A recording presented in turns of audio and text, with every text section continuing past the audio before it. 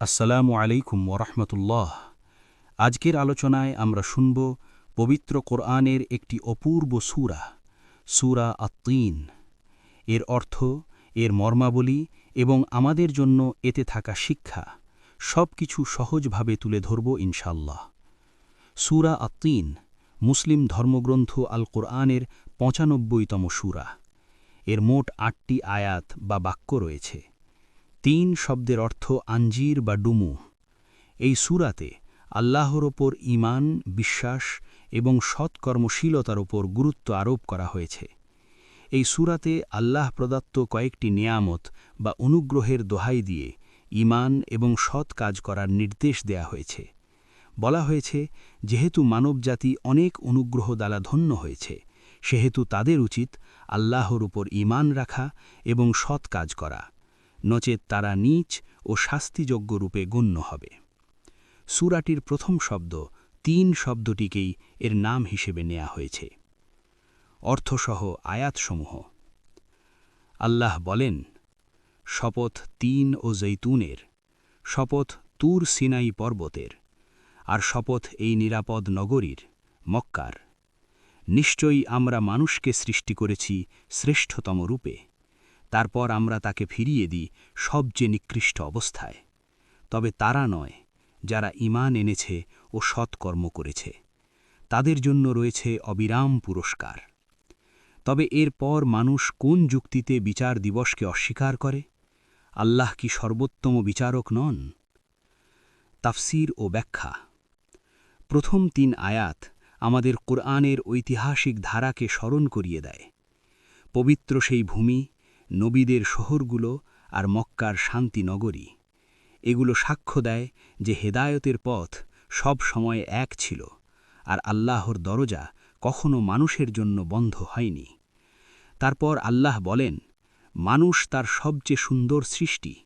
বুদ্ধি, নৈতিকতা, অনুভূতি সব মিলিয়ে মানুষ এক পরিপূর্ণ নেক ফিতরার সৃষ্টি। কিন্তু দুনিয়ার লোভ, অহংকার আর অবাধ জীবন মানুষকে নিচে নামিয়ে দেয়। তখন সে হারিয়ে ফেলে তার মূল সৌন্দর্য, তার মানবিকতা। তবে ব্যতিক্রম আছে। যারা ঈমান ধরে রাখে এবং সৎকর্মে অটল থাকে, তাদের মর্যাদা কখনো কমে না, বরং পরকালে তাদের জন্য রয়েছে অবিরাম পুরস্কার। শেষ আয়াতে আল্লাহ আমাদের একটি মৌলিক সত্য মনে করিয়ে দেন, তিনিই সর্বোত্তম বিচারক, ন্যায়ের শেষ ঠিকানা। মূল বক্তব্য। এই সূরার শুরুতে আঞ্জির বা ডুমুর, জৈতুন বা জলপাই, সিনাই পর্বত এবং মক্কা শহরের কসম বা দোহাই দেয়া হয়েছে। আরবে সেই যুগে আঞ্জির ও জৈতুন অত্যন্ত গুরুত্ববাহী দুটি ফল ছিল। খাদ্য ও অর্থকরী ফসল হিসেবে এর গুরুত্ব ছিল অসীম। সিনাই পর্বত হল নবী হজরত মুসার স্মৃতিবিজড়িত স্থান, আর মক্কা ছিল নবী হজরত ইব্রাহিম এবং ইসমাঈলের স্মৃতিবিজড়িত জায়গা। তদুপরি পবিত্র কাবা ঘরের মর্যাদার কারণে সেই শহরটি নিরাপদ শহর হিসেবে তৎকালে গণ্য হতো। সেখানকার অধিবাসীরা যুদ্ধ ও লুণ্ঠনের আশঙ্কা মুক্ত ছিল। এ সকল বিষয়ের দোহাই দেওয়ার পর বলা হয়েছে, মানুষ অত্যন্ত সুন্দর গড়নে সৃষ্ট হয়েছে, কিন্তু এদেরকেই আবার অত্যন্ত নিচে নামিয়ে দেয়া হবে যদি এরা স্রষ্টা ও প্রতিপালকের উপর বিশ্বাস না রাখে এবং ভালো কার্যকলাপ না করে। তদুপরি শেষ বিচারের দিন এদেরকে কঠিন বিচারের মুখোমুখিও হতে হবে।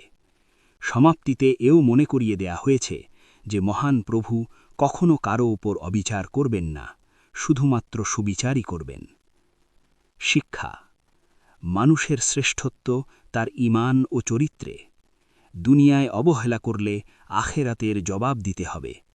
আল্লাহর বিচার পরিপূর্ণ, কারো উপর সামান্যতম জুলুম হয় না। সৎকর্ম মানবিক মর্যাদাকে রক্ষা করে। আল্লাহ আমাদের সবাইকে এই শিক্ষাগুলো হৃদয়ে ধারণ করার তৌফিক দিন। আসসালামু আলাইকুম ওরহমতুল্লাহ। যদি কোরআনের আলোচনাগুলো আপনার মন ছুঁয়ে যায়, তাহলে আমার চ্যানেল কোরআন কথামালা সাবস্ক্রাইব করার অনুরোধ রইল। আসুন একসাথে কোরআনের নূরকে জীবনে ছড়িয়ে দিই।